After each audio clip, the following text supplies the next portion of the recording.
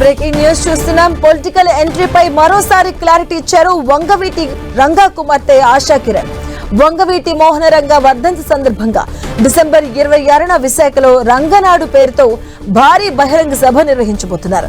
Radha Ranga royal association ఆధ్వర్యంలో రంగనాడు పోర్టర్ను వంగవీటి ఆశా కిరణ్ ఆవిష్కరించారు.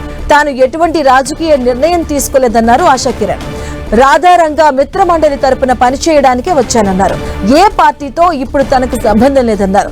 మా సోదరుడు వంగవీటి రాధాకృష్ణతో ఎటువంటి విభేదాలు లేవన్నారు. అనవసరంగా గాసిప్స్ ప్రచారం చేయొద్దన్నారు. తనకు అన్ని పార్టీల నుంచి ఆహ్వానాలు వస్తున్నాయన్నారు వంగవీటి ఆశా కిరణ్.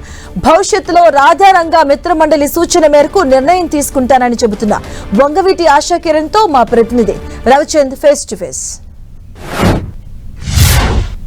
బెజవాడ కేంద్రంగా రాజకీయాలు హీటెక్కుతున్నాయి.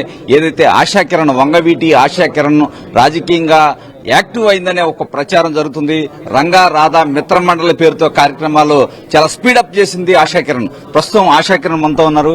ఆశా కిరణ్ గారు, ఏంటి మీరు ఉన్నట్టుండి రాజకీయంగా చాలా స్పీడ్ గా ఉన్నారు. చాలా కాలంగా మీరు ఎక్కడా కూడా ఫారిన్ లో ఉండొచ్చారు. ఇప్పుడు చాలా స్పీడ్ గా రాజకీయ కార్యక్రమాలు చేస్తూ ఉన్నారు. రాజకీయ వ్యూహం ఏమైనా ఉందా? రాజకీయ పార్టీలో చేరే ఉద్దేశం ఏమన్నా మీకుందా? కరెక్షన్ అండి, రాజకీయం కాదండి, ఇది సోషల్ కాజ్ మాత్రమే. రాజకీయం అనేది తర్వాత మాట. ఇవాళ నేను ఉంది రాధారంగా మిత్రమండలి అనేది రంగా గారి అభిమానులు, కీర్తిశేషులు రాధా గారి అభిమానులు అందరూ కలిపి పెట్టిన ఆర్గనైజేషన్ రాధారంగా మిత్రమండలి అనేది.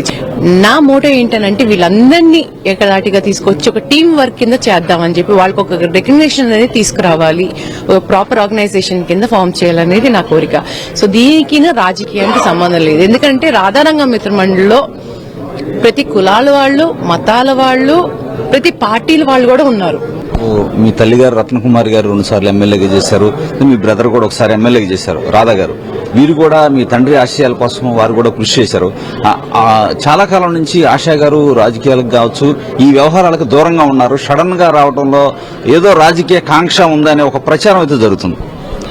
నేను సోషల్ కాజ్ కోసం వచ్చానండి. ఒకటి అంటే మీరు అన్నట్టు ఫారెన్ లో ఉన్నాను, నేను వచ్చి ఇండియాకి వచ్చి ఒక 10 years అవుతుంది.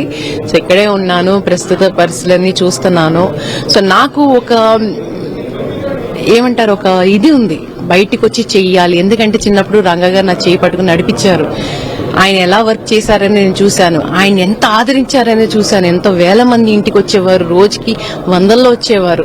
వాళ్ళందరినీ పేషెన్స్ గా కూర్చుని మాట్లాడే వాళ్ళతో ఏంటి ప్రాబ్లం అనేది తెలుసుకుని ఆయన వాళ్ళ కోసం కృషి చేశారు.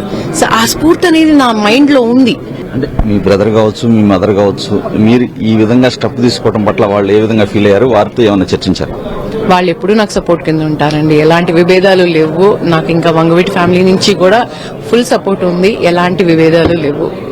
అంటే రాజకీయ పార్టీల నుంచి ఏమైనా ఆహ్వానం ఉందా? మీకేమన్నా ఇంట్రెస్ట్ ఉందా? బహుశా ఆహ్వానాలు అన్ని తరఫు నుంచి ఉన్నాయండి, కానీ ఇప్పుడు ఎలాంటి డెసిషన్ నేను తీసుకోను.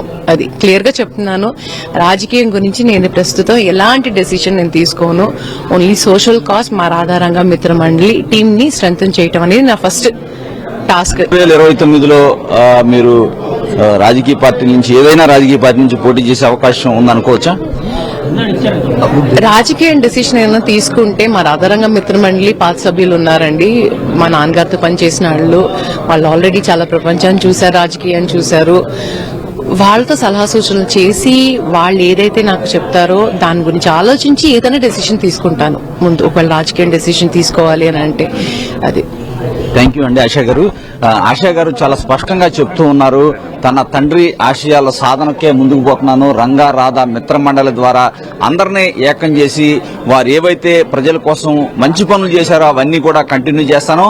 నా ఈ స్టెప్ లో ఏదైతే నా బ్రదర్ రాధా కావచ్చు, తల్లి రత్నకుమారి సపోర్ట్ కూడా నాకు ఉంది. రంగా రాధా మిత్ర మండలి మొత్తాన్ని కూడా ఏకం చేసి సమాజానికి మంచి పనులు చేస్తానని కూడా చెప్తున్నారు. 2029లో రాజకీయాల్లో రావడం అనేది రంగా రాధా మిత్ర మండలి సభ్యుల సూచనల మేరకు ఆనాటి నిర్ణయం తీసుకుంటానని కూడా ఆశా కిరణ్ చెప్తున్నారు.